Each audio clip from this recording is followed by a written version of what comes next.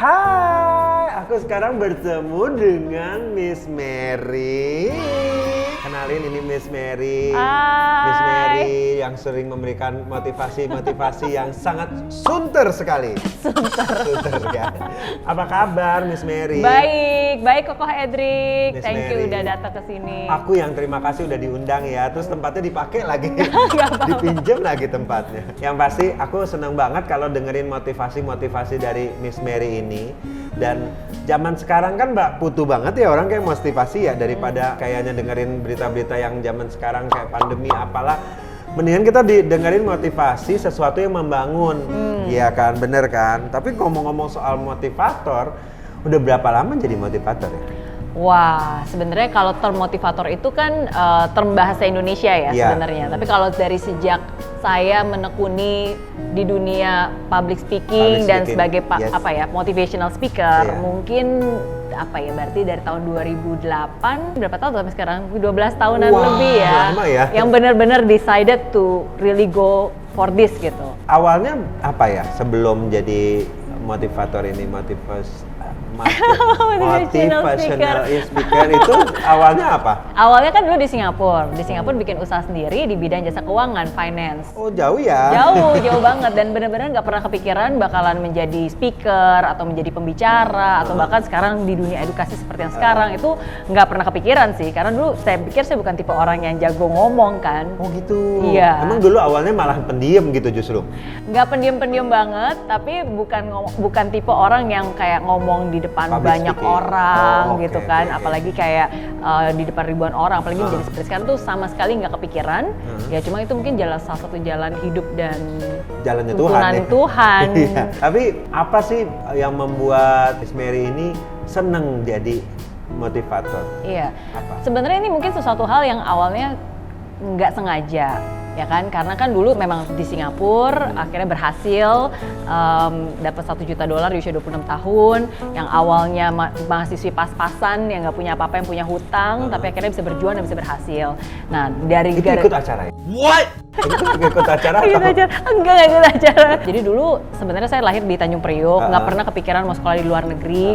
Nah cuma kan gara-gara kerusuhan 98, nah jadi waktu itu ingat banget tahun 98 baru lulus SMA, karena tadinya mau kuliah tapi karena nggak kondusif, dan akhirnya pindah ke Singapura. Whole family? Enggak, just alone, sendiri doang. Iya, dan itu pun juga ya karena jalan Tuhan ya, karena memang ada pemerintah Singapura mengulurkan bantuan kepada beberapa pelajar. Saya diterima karena nilainya baik. Bagus. Nah tapi nggak ada uangnya, dan akhirnya udah keluarga berusaha cari utang sana sini, ya udah akhirnya berangkatlah saya seorang diri merantau di sana gitu. Nah karena nggak pernah dipersiapkan, jadi hidup dengan keterbatasan di awal-awal Singapura tuh susah lah gitu, dan kaget juga kan, nggak tahu. Dan pada satu mindsetnya adalah saya nggak mau nyusahin orang tua, jadi saya nggak pernah cerita, nggak pernah bilang bahwa ini susah, uangnya nggak cukup gitu. Cuman dari situlah akhirnya ya udah, yang tadinya menjadi anak muda yang suka menyalahkan keadaan dan merasa hidup ini nggak adil, ya berubah menjadi seseorang yang mau mengambil tanggung jawab atas hidupnya. Dan saya percaya ya udah, hidup saya tanggung jawab saya, kegagalan saya tanggung jawab saya, kesuksesan saya juga tanggung jawab saya. Akhirnya saya mulai bergerak, nggak berdiam diri, mulai dari ya udah kerja bagian brosur kah, di toko bunga lah, berproses apa aja gitu. Nah sampai akhirnya dari situ ya udah muncul keberanian untuk buka usaha. Akhirnya dengan kerja keras dan berproses, ya udah akhirnya berhasil dapat $1 juta di usia 26 tahun. Jadi akhirnya berhasilnya di situ waktu itu jualan produk-produk finansial lah di Singapura pada saat itu kan, dan akhirnya udah membangun bisnis sendiri di Singapura. Nah waktu itu belum kepikiran tuh mau jadi motivational speaker. Nah cuma ya seiring dengan berjalannya waktu, karena ya bersyukur juga ya dapat exposure, orang mengenal dan orang tahu, dan orang jadi penasaran ceritanya.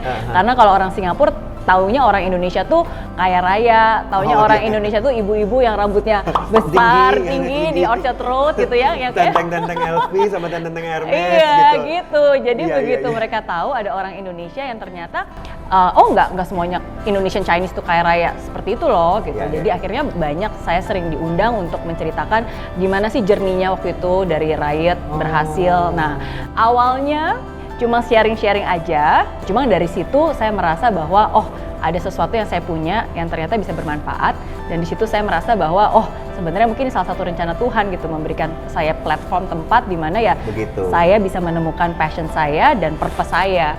Nah jadi singkat cerita, melalui sebuah proses kontemplasi dan mencari tahu passion dan purpose dalam hidup, ya udah akhirnya baru saya memutuskan, oke, kalau gitu mungkin ini menjadi salah satu chapter di hidup saya yang saya benar-benar ingin menekuni secara serius. Akhirnya terus sempat tinggal dulu di Singapura. 16 tahun. 16 tahun di Singapura. Wow, jadi dari 98 sampai 2014. Menikah di situ. Menikah di situ. Dengan orang Singapura. Dengan orang Indonesia. Dengan orang yang juga ketemunya di sana. Di Singapura di juga. Singapura juga. Oh, gitu. Nah. Oh, yang ala-ala yang kayak film-film drakor gitu ya. Terus kenapa pengen balik ke Indonesia? Karena kan semuanya udah settle di sana. Nah, itulah kekuatan sebuah mimpi ya. Jadi mimpi itu yang sungguh-sungguh mengubah hidup saya. Dari sejak saya ulang tahun ke-20, waktu itu belum punya apa-apa, mimpi itulah yang akhirnya membuat saya bangkit, punya harapan, berjuang, dan akhirnya ya udah bisa bayar hutang dan sukses. Nah, terus ketika saya ulang tahun ke-30, ya disitulah saya punya mimpi baru. Oh, dulu mimpinya pengen jadi orang kaya, sukses, orang hebat gitu di usia muda. Nah, di ulang tahun ke-30 saya pengen bukan hanya dapat berjuta-juta dolar, tapi saya ingin bisa menciptakan dampak positif dalam kehidupan jutaan orang di Indonesia. Nah, jadi akhirnya ya udah mimpi itulah yang membuat saya akhirnya mulai bolak-balik ke Indonesia. Ya, jadi bukan berarti begitu kita punya mimpi langsung packing semuanya balik. No, itu nggak seperti itu ya. Berproses. Harus tahu diri juga ya. Oh, ini gua ada mimpi ini, langsung brak gitu. Iya, jadi kan kita harus memperjelas gitu. Ini bener nggak gitu kan? Ternyata memang ada banyak hal yang membuat saya yakin bahwa ini tujuan hidup 10 tahun di hidup saya pada saat itu sebelum usia 40 tahun, dan akhirnya itulah proses itu yang membawa saya kembali balik ke Indonesia dan berkarya di sini dan memulai sesuatu yang baru. Benar-benar mulai lagi semuanya dari awal dan kita ya udah membangun mimpi yang baru. Ini nih waktu itu mimpinya menciptakan dampak positif dalam kehidupan jutaan orang di Indonesia.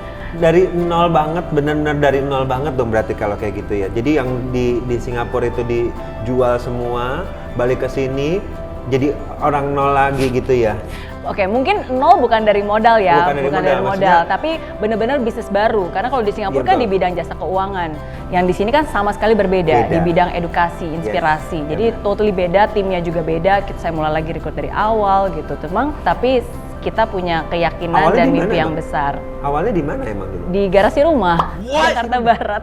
Oh iya, beneran? Iya. Itu awalnya ngapain? Iya, jadi awalnya kita mulai dari event. Oke. Jadi waktu itu belum ada cabang, belum ada Mary Riana Learning Center. Jadi intinya udah kalau gitu apa yang saya bisa. Dimulai dari event untuk anak-anak remaja sebenarnya. Awalnya. Iya, saya pengen mengajarin anak saya sesuatu yang berguna dan bukan hanya pelajaran sekolah. Sih saya pengen ngajarin life skill. Bener. Gitu, karakter. Itu tuh yang penting tuh. Karena kan saya belajar dari pengalaman hidup saya. Dulu kan 18 tahun sekolah ya berguna gitu. Tapi kan ketika saya dihadapkan dengan hidup, ada pembelajaran dari hidup gitu yang harus kita kuasai. Ya udah sekalian, kalau ini hal yang baik, kenapa nggak sekalian juga saya ajarkan kepada anak-anak yang lain juga gitu. Kita mulai dari event. Nah, terus eventnya pun juga hanya pas liburan sekolah waktu itu. Jadi setahun 2 kali. Nah, cuman dari situ ternyata responnya baik, berhasil. Terus akhirnya dari situ banyak permintaan. Ya udah baru akhirnya kita buat kelas reguler. Barulah ada Mary Riana Learning Center. Itu pun juga mulainya dari satu cabang gitu kan di Ruko. Ya, terus ya puji Tuhan bersyukur sekarang sudah ada 11 cabang lah. Wow, puji Tuhan, 11 cabang luar biasa ya. Nanti ratusan sampai kemana-mana, sampai ke seluruh Indonesia ya. Bener sih, memang zaman sekarang itu kita membentuk karakter itu mulai dari anak-anak, iya kan? Kalau udah kita mah udah susah kayaknya karakternya berubah ya. Tapi kalau dari anak-anak kita bisa bangun itu karakternya, menanamkan sesuatu positif kepada dia. Karena anak-anak sekarang itu yang lebih susah lagi untuk diajarin. Aku ngeliatin ya saudara-saudara aku atau apa, dia bilang begini, aduh ngurusin anak gua tuh susah banget sekarang. Udah mulai pacaran, dibully-bully, ngerasa dibully, terus dia mulai insecure dengan tubuhnya sendiri. Nah, itu gimana tuh menurut Miss Mary sebagai profesional untuk anak-anak teenager ya? Aku nggak bilang bahwa ini saya I'm a very super professional dan khusus untuk ngajarin anak-anak aja ya. Tapi mindset saya, prinsipnya itu selalu dari dulu I'm just sharing with you what I've done. Jadi dari pengalaman saya waktu itu sebagai teenager juga, remaja yang pernah ngalamin rasa insecure, pernah ngalamin rasa dibully, walaupun zaman dulu bulinya beda. Iya benar. Bulinya beda. Nggak kayak sekarang ya. Kalau dulu bulinya cuma masih yang kayak, ih lo gendut banget sih. Gitu kan. Jadi kalau ada satu hal yang paling penting yang mendasar yang mengubah hidup saya, itu adalah positive self image. Dan itulah juga yang selalu saya tanamkan kepada anak-anak di semua program saya, bahwa bagaimanapun juga mereka harus bisa melihat citra diri yang positif tentang diri mereka. Hanya ketika kita menghargai dan menyadari hal itu, ya barulah kita benar-benar bisa mengembangkan. Labeling itu kan bukan cuma dari teman-temannya ya, kadang-kadang dari orang tuanya kan yang bilang gitu. Ya ketika kita bisa kasih mereka sebuah afirmasi, sebuah kekuatan dan mengingatkan dia bahwa pasti ada suatu bakat, talenta yang Tuhan udah kasih ke kamu, ya tugas kamu ya untuk menemukan itu. Berarti kelilingnya omongan orang itu adalah hal yang nomor terakhir banget kalau menurut aku. Karena orang-orang kadang-kadang ngomongin kita juga dia nggak tahu apa yang dia omongin. Omongan orang itu juga kadang-kadang bikin kita down, dia juga nggak tahu itu bikin kita down. Kadang-kadang ya menurut aku omongan orang itu nggak usah semuanya harus dimasukin di hati. Sebagai Miss Mary sendiri, pernah nggak di dalam hidup punya titik terendah? Pernah dong, pasti. Kalau kita nggak pernah berada dalam titik terendah, berarti ya kita nggak pernah melakukan terobosan kan. For every breakdown, there's always a breakthrough kan. Itu apa yang pernah sampai rasanya kayak aduh kecewa sampai udah susah untuk bisa nggak ya gue naik gitu. Iya, titik terendah yang pertama kali aku rasakan dan masih selalu teringat sampai hari ini yaitu ketika saya ulang tahun ke-20 yang di Singapura waktu itu. Ya karena kan pada saat itu hidup susah sendiri dan yang paling susah adalah karena saya nggak mau menceritakan kesulitan saya kan, karena saya nggak mau membebani orang tua. Ya jadi pada saat itu saya sempat merasa bahwa hidup itu nggak adil. Terus akhirnya bagaimana cara ngejalaninnya? Kan susah ya kalau pada saat masih umur 20 itu kan masih agak perpindahan dari labil masih ABG ke mature kan gitu. Nah itu gimana cara ngatasinnya tuh? Iya. Oke, jadi yang pertama menurut saya ini sebenarnya sesuatu hal yang lebih proses ya. Jadi ada dua hal proses yang terjadi di hidup saya pada saat itu. Yang pertama of course dari segi spiritual, karena jauh dari orang tua pada saat itu yang mendekatkan saya kepada Tuhan. Kalau buat saya pribadi ya Tuhan menunjukkan saya dan mengingatkan saya bahwa ada sesuatu yang besar yang kamu mau, kalau kamu mau ya kamu tinggal minta gitu. Ya sudah, yang harus saya lakukan ya saya hanya terus bergerak dan berjalan, berusaha melakukan tugasnya saya. Dan yang paling penting adalah saya harus bertanggung jawab. Hidup saya tanggung jawab saya gitu. Saya nggak boleh nyalahin keadaan, saya nggak boleh nyalahin pemerintah, saya nggak boleh nyalahin orang tua, saya nggak boleh nyalahin siapa-siapa. Ini tanggung jawab saya. Nah, jadi ya itu sih mungkin dua hal yang membuat saya akhirnya bergerak dan berjalan. Betul. Ada nggak sih sosok yang paling jadi kayak ya ibaratnya jadi hero lah, paling disegani lah? Kalau sosok panutan ada, itu Tony Robbins. Tapi kenapa itu menjadi idola saya pada saat itu? Karena aku ingat banget masa-masa sulit ketika kuliah. Waktu itu kan salah satu cara ngiritnya, aku dulu suka bawa bekal ke kuliah. Cuma karena waktu itu minder, nggak pernah mau ngaku, akhirnya aku tuh selalu ngumpet-ngumpet makan roti di toilet. Sambil makan roti di toilet aku sering meratapi, ini gila, masa mau sampai kapan sih hidup kayak gini, emang hidup bisa berubah gitu kan. Tapi sampai suatu hari aku sadar bahwa ternyata aku tahu si Tony Robbins yang multimilioner itu ternyata backgroundnya dulu begitu juga. Bukan cuma gitu, dia dulu sebenarnya adalah seorang janitor, pembersih WC, yang kerjanya tuh ngebersihin WC gitu. Nah disitulah aku sadar bahwa wow, orang ini aja yang dulu kerjanya bersihin WC sekarang hidupnya bisa berubah.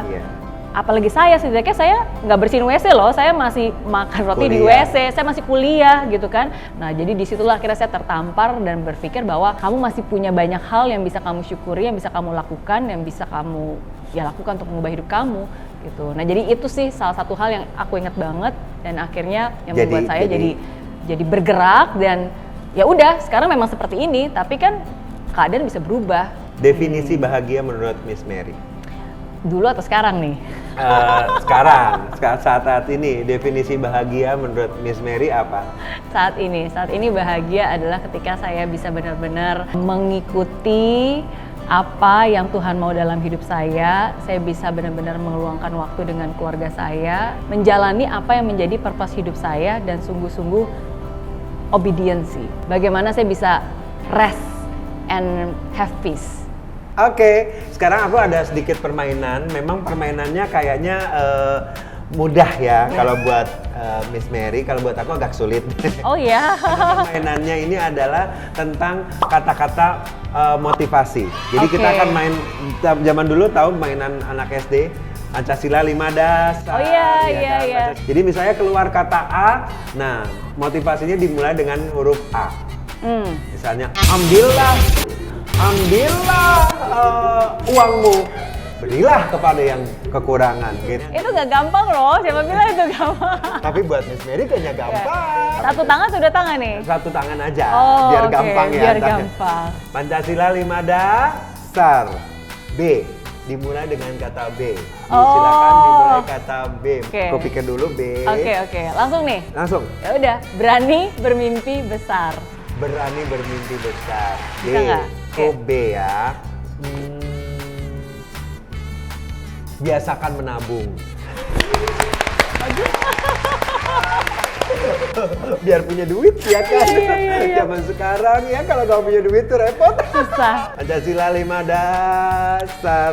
A, B, C, D, E, F, G. G. Dimulai Dimulai dari G. Oke, aku ya. Ya, G. Gagal bangkit lagi, gagal bangkit lagi, gagal bangkit lagi. Oke, aku apa ya? G. G. Gitu-gitu aja. Jangan, mendingan besarlah impianmu. Yeay. Cakep loh. Mikir ya, mikir ya. Iya. Pancasila 5 dasar. A, B, C, D, E, F. F. Oh, oke. Mary Bahasa dulu. Inggris boleh? Boleh dong. Wow, bahasa Inggris. Semakin susah kayaknya permainan ini. F word. F word itu penting banget. Kenapa? Because your F word will determine your future. Oke, so your F word is either fear or faith.